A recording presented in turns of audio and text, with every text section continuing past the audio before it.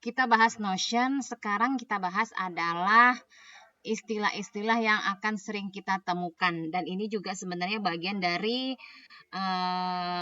Notion yang akan sering kita gunakan.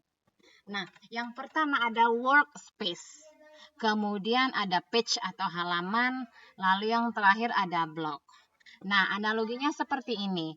Workspace itu ibaratnya sebuah rumah. Di dalam rumah ada ruangan lagi. Ruangan inilah yang kita sebut page atau halaman. Nah, di dalam halaman ini ada isinya. Bisa berupa teks, gambar, video, link, gitu. Nah, elemen-elemen yang ada di page atau halaman ini itulah yang kita sebut dengan blog. Nah, bisa dipahami ya sampai di sini. Nah, perhatikan ini adalah tampilan Notion. Nah, di sebelah kiri ada jendela, kita sebut sidebar. Dia dalam bentuk susunan menu ya, dari atas ke bawah. Kemudian yang sebelah kanan ini adalah isi dari bagian apa yang kita pilih di sebelah kiri. Nah, contoh nih, kita bahas mulai dari workspace. Nah, ini kita klik di sini. Bagian sudut kiri atas. Nah, jadi satu akun Notion itu bisa terdapat beberapa workspace. Nah, di sini saya punya 3.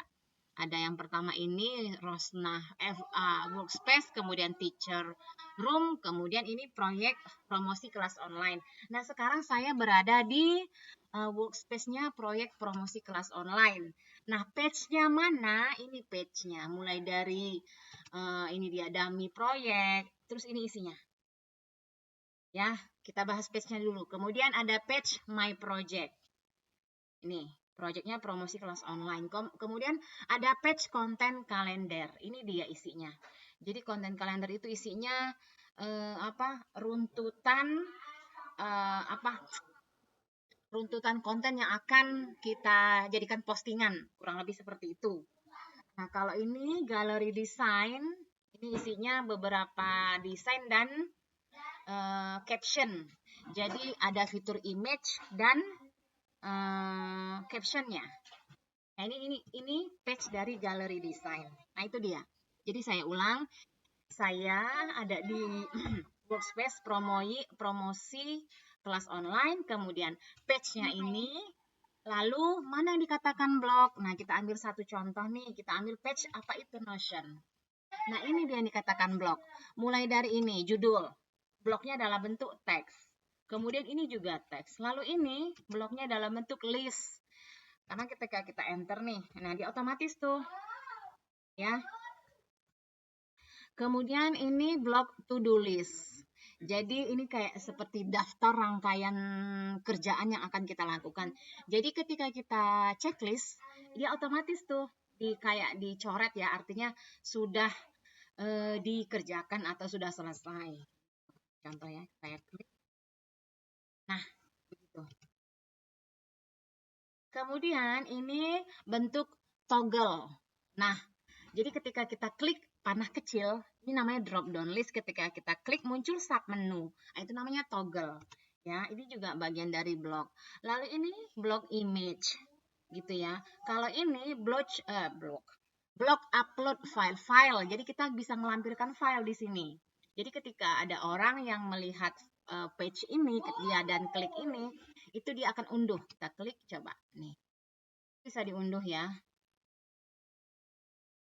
Nah, ini ya, dia nih pengenalan Notion. Nah, kurang lebih seperti itu yang isinya dari blog. Nah, bagaimana cara menambahkan blog? Nah, ketika kita arahkan cursor ke bagian bawah, ini kan ada tanda plus tuh. Tanda plus samar-samar ya. Itu kita klik. Nah, di sini pilih blognya yang mau kita gunakan apa. Mulai dari heading 1 untuk judul, kemudian heading 2 biasanya untuk sub menu, sub judul, ada to-do list. Banyak ya, tinggal teman-teman explore kapan digunakan sesuai dengan kebutuhan teman-teman. Nah, jadi itu sekilas tentang elemen-elemen yang ada di Notion. Saya ulang mulai dari workspace, kemudian page, lalu blog. Ya, kurang lebih seperti itu. Sampai bertemu di video selanjutnya, kita akan bahas tentang isi elemen-elemennya, bloknya terutama. Baiklah, Assalamualaikum.